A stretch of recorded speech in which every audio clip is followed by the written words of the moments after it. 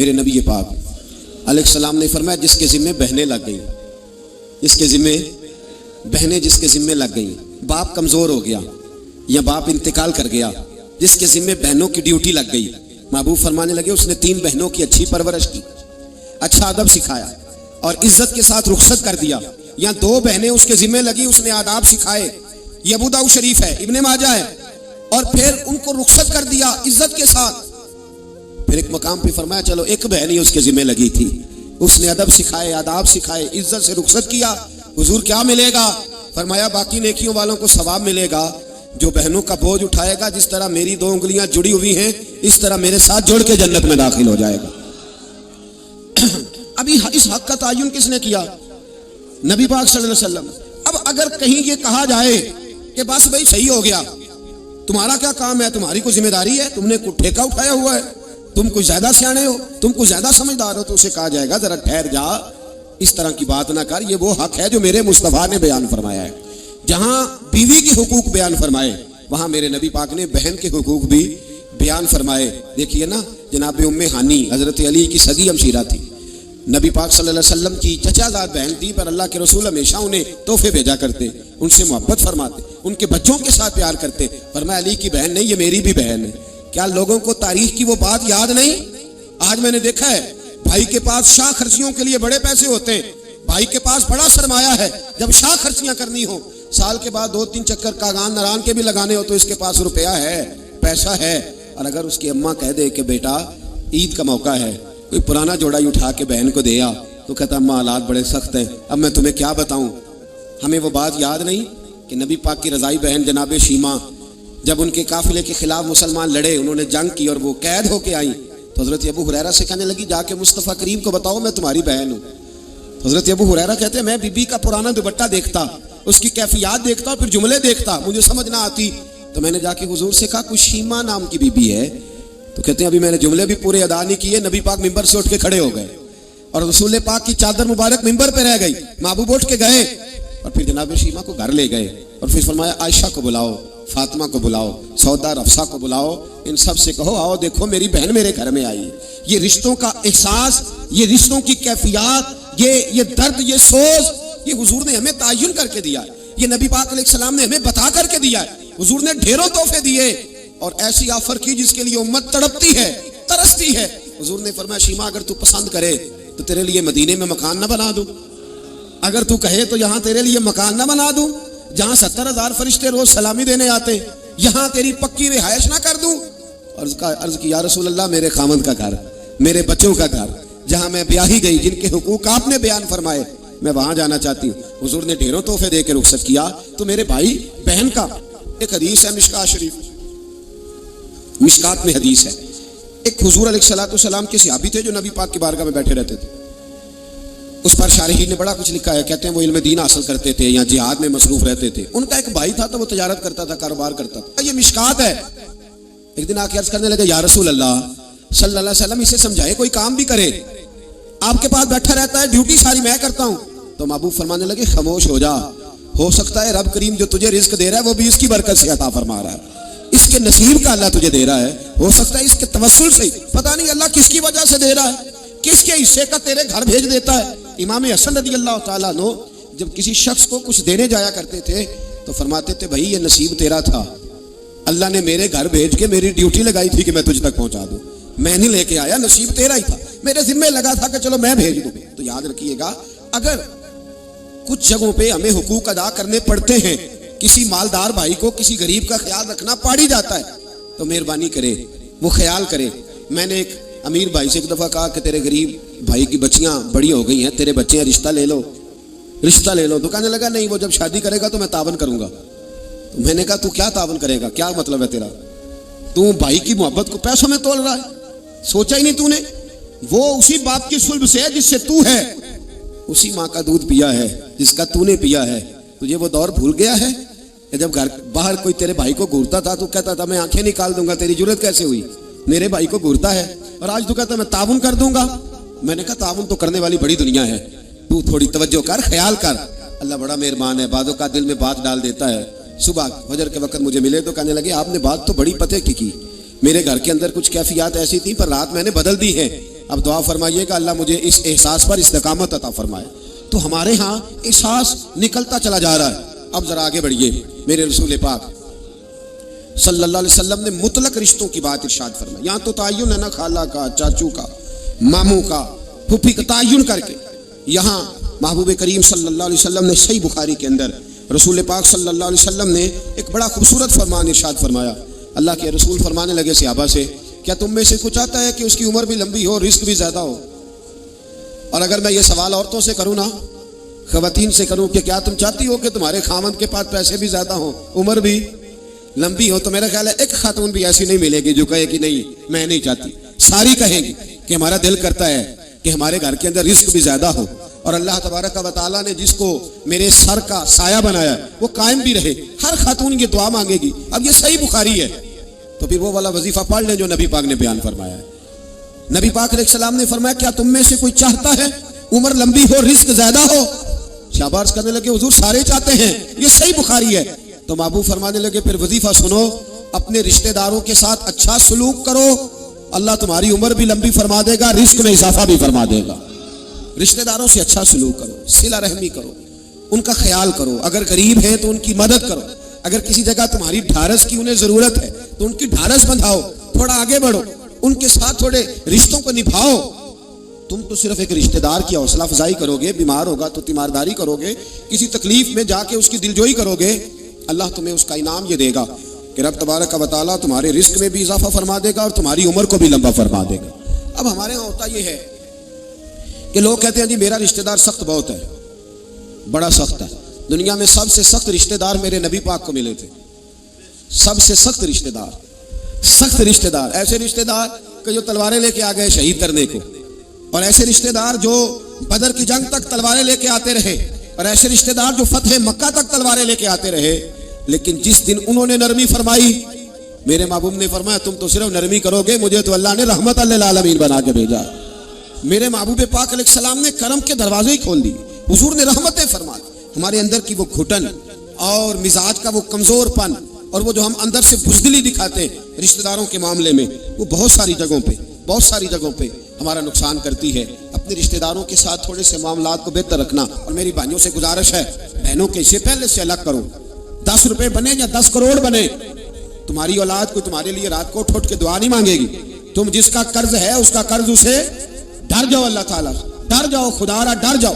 یہاں تو ایسے بھی تماشے دیکھنے میں ملے ہیں کہ 4 بھائی تھے، ایک بہن تھی.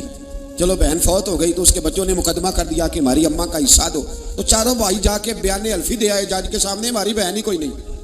بیان الفی دے آئے معاذ اللہ، بہن ہی کوئی. کس لیے؟ مال کے لیے، دولت کے لیے. انما اموالکم واولادکم فتنہ، جنالی تو پاپ کمائے کتنے نہیں ہو تیرے کر دے. بلا انہیں، اور یہاں آ کے تیری میت پہ کھڑے ہوں. میرے بھائی یاد رکھے، اپنی قبر پہ بوجھ تقسیم وراثت کی سب سے پہلی ضرورت یہ ہے کہ بیٹی کو اس کا حصہ ملے، اور صحیح معنوں میں بیٹی کو اس کا حصہ ملے.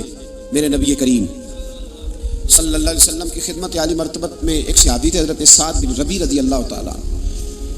یہ حدیث جامع ترمذی میں موجود ہے. حضرت سعد بن ربیع رضی اللہ تعالیٰ عنہ احد کی جنگ میں شہید ہو گئے. ان کی 2 بیٹیاں تھیں. ان کے بھائی نے ساری جائیداد اپنے قریب کر لی کیونکہ ابھی تک جائیداد کے احکامات بھی نہیں آئے تھے. ان کی زوجہ اپنی دونوں بیٹیوں کو لے کے نبی پاک کی بارگاہ میں پہنچ گئی. یا رسول اللہ صلی اللہ علیہ وسلم، میرے خامد انتقال کر گئے، احد میں شہید ہو گئے. ان کے چچا نے ساری جائیداد پہ قبضہ کر لیا. حضور اب آپ بتائیں کیا کرنا ہے؟ اگر ان کے پاس کچھ نہیں ہوگا تو میں بیوہ عورت ان کے نکاح کیسے کروں، ان کو رخصت کیسے کروں؟ اس وقت اللہ کریم نے یہ آیہ مقدسہ نازل فرمائی جس کو آیت معراج کہتے ہیں. تو نبی پاک علیہ الصلوۃ والسلام نے بلایا حضرت سعد بن ربیع رضی اللہ تعالیٰ عنہ کے بھائی کو اور بلا کے فرمایا اللہ سے ڈر جا، 2/3 اس کی بیٹیوں کو دے، 8واں حصہ اس کی بیوہ کو دے، اور باقی جو بچ جائے وہ تیرا ہے. لیکن جو جس حقدار کا حق ہے وہ حق اسے. اور میں نے کئی ایسے بھی باپ دیکھے ہیں ماشاءاللہ، بڑی جائیداد تھی، پر جانے سے پہلے بیٹوں کو بلایا، کہنے لگے ادھر آؤ میرے سے نام کرا لو، بعد میں کہیں میرے بھائی نہ اٹھ کھڑے ہو، کہیں تمہارا بہنوئی نہ دعویٰ کر دے. سارا بیٹوں کے نام کر گئے، پیچھے بچ گئی ماں، 8واں حصہ بیوی کا. اس حدیث میں جامع ترمذی میں نے عرض کیا ماں بچ گئی. اب وہ بیچاری، بڑا بھائی کہتا ہے چھوٹے کے پاس رہے گی، چھوٹے سے پیار زیادہ ہے، اور چھوٹا کہتا ہے میرے بچے زیادہ ہیں، کمرہ ہی کوئی نہیں خالی. وہ کہاں رہے, وہ بوڑھی اماں کدھر جائے بلا. اگر خامن سارے بیٹوں کے نام جو کر گیا تھا تو کسی کونے کی کوئی ایک دکان اپنی زوجہ کو بھی دے جاتا. کوئی اگر اگر کوئی پلاٹ کسی جگہ اس بیچاری کے نام بھی کر جاتا جس کا شریعت نے حصہ رکھا تھا. اگر اپنی زندگی میں ہبہ کر رہا تھا, وراثت تو مرنے کے بعد ہوتی ہے, اگر ہبہ کر ہی رہا تھا تو کچھ تھوڑا اس کو بھی دے دیتا جس نے بچوں کو پالا تھا. کچھ تھوڑا سا اس بیچاری کے حصے میں بھی آ جاتا. چلو اس کا بھی بڑھاپا وقار سے گزر جاتا. لیکن بیٹوں کو نوازتے نوازتے لوگوں نے بڑے بڑے حق ضائع کیے.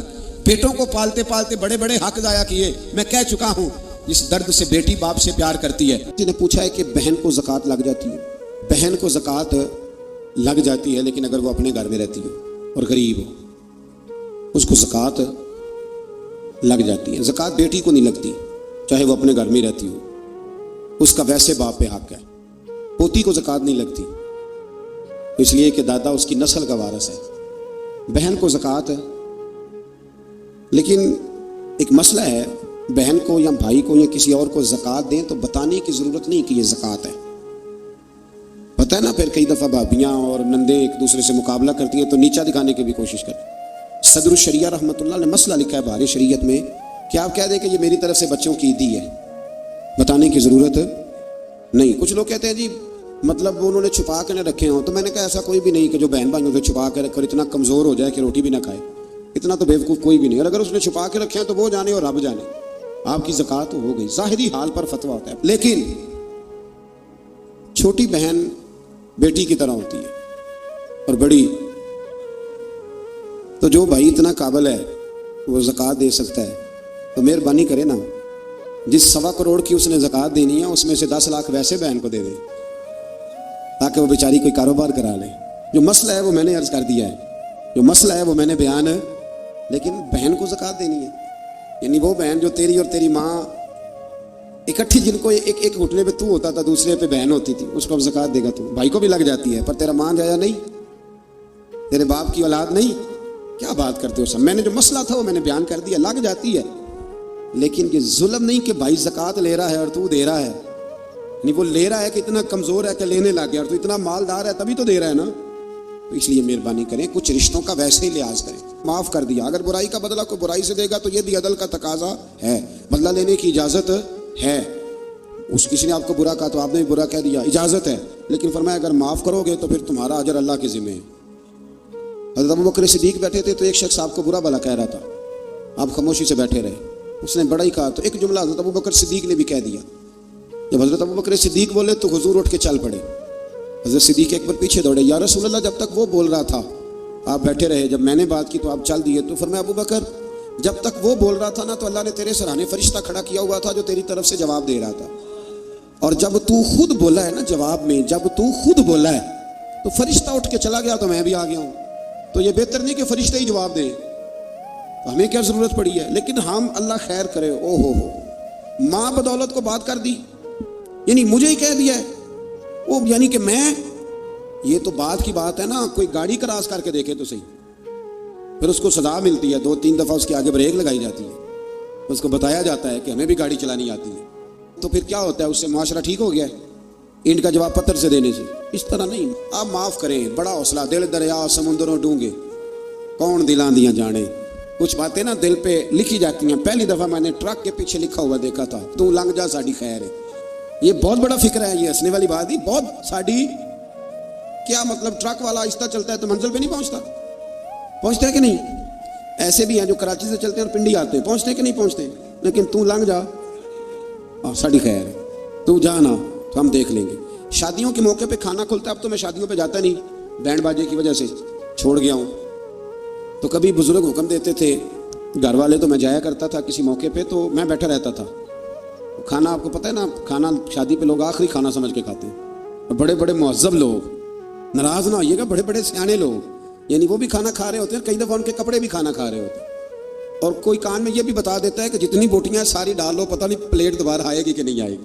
یہ اور بڑے بڑے وہ لوگ جو روز شام کو گوشت کھاتے ہیں, ان لوگوں کی بات کر رہا ہوں. تو میں کئی دفعہ بیٹھا رہتا ٹیبل پہ, تو کئی سیانے بندے ملتے, کہتے بیٹھیا نہیں گل باندھی, ہاں مولوی صاحب بیٹھیا نہیں گل باندھی. تو میرا دل کرتا انہیں بتانے کو, جب میرے سامنے لوگ 4 قسم کے کھانے لا کے رکھتے تو میں کہتا نہیں بات بن جاتی, اور بیٹھے رہنے سے صبر کرنے سے ہی بات بنتی. وہ جو کوشش ہے وہ اور چیز ہے, اور یہ کوشش نہیں، یہ معاملہ، اور آپ تھوڑا سا انتظار کریں۔ میرے ابا جی ایک بات کہا کرتے تھے، کہتے تھے بیٹے جب میں کسی کی بیٹی کی شادی میں جاتا ہوں تو میری کوشش ہوتی ہے میں کھانا نہ کھاؤں، دیکھ لوں لوگ روٹی کھا لینا تو پھر، اور بڑی بات مجھے نقش رہ جاتی ہے اپنے بزرگوں کی، وہ فرمایا کرتے تھے کہ بیٹی کی شادی میں ایک پلیٹ کم پڑ جائے نا تو بچی جب تک زندہ رہتی ہے اسے تانے ملتے ہیں، لوگ معافی نہیں نہ دیتے، تو فرمایا کرتے تھے کہ کوشش کرو کسی کی بیٹی کی شادی میں جاؤ تو کھانا نہ، کوشش کرو اینڈ پہ کھاؤ، بارات والے چلے جائیں فارغ ہو جائیں پھر کھانا کھاؤ، مطلب روٹی تو بندہ روز ہی کھاتا ہے اور عزت تو روز ہی نہ ملتی۔ یہ سیانے لوگوں کی باتیں تھی، کوشش کیجئے گا اس پہ عمل ہو جائے، کوشش کیجئے گا اس پر عمل ہو جائے۔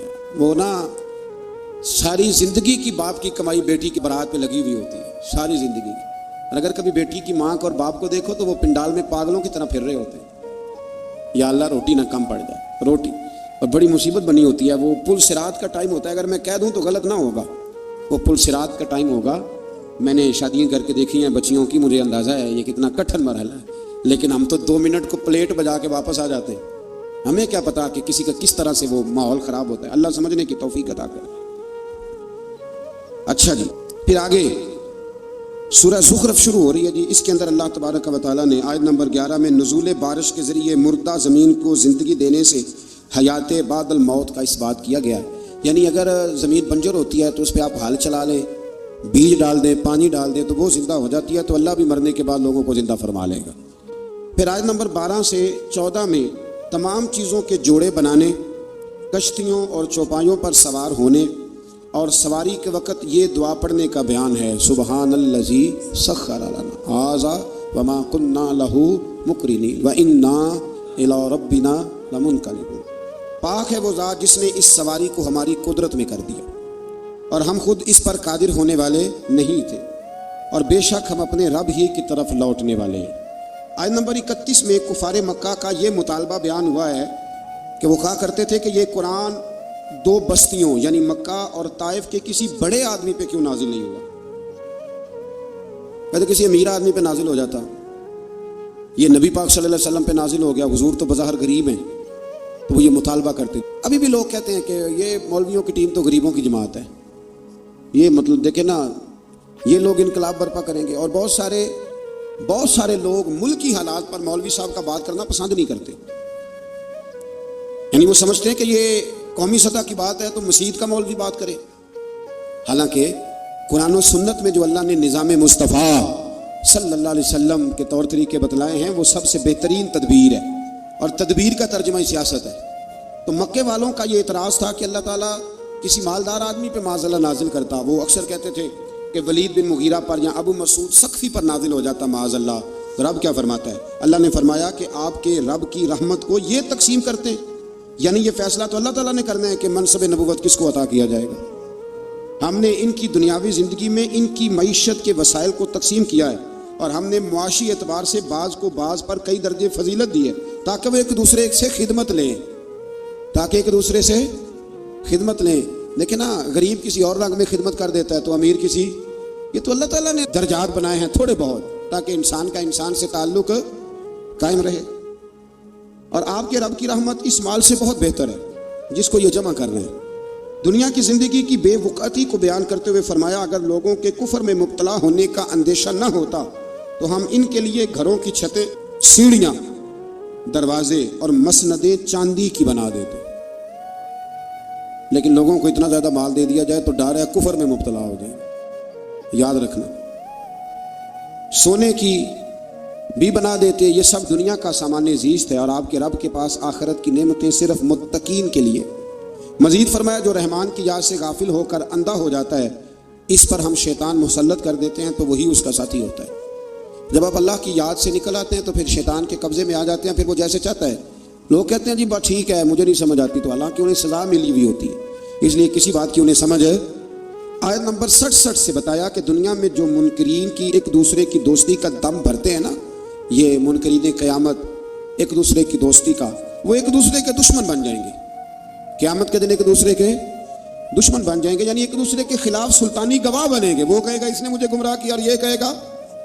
لیکن جو متقی ہوں گے، الاخلاء یومئذ بعضهم لبعض عدو الا المتقین، اللہ اس آیت مبارکہ میں فرماتا ہے وہ دشمنی کریں گے، گہرے دوست قیامت میں دشمن بن جائیں گے، لیکن جو متقی ہوں گے نا ان کی دوستیاں قیامت کے دن بھی قائم رہیں گی۔ جن لوگوں کے ساتھ آپ کا دینی رشتہ ہے نا، دینی، وہ قیامت میں بھی قائم رہے گا۔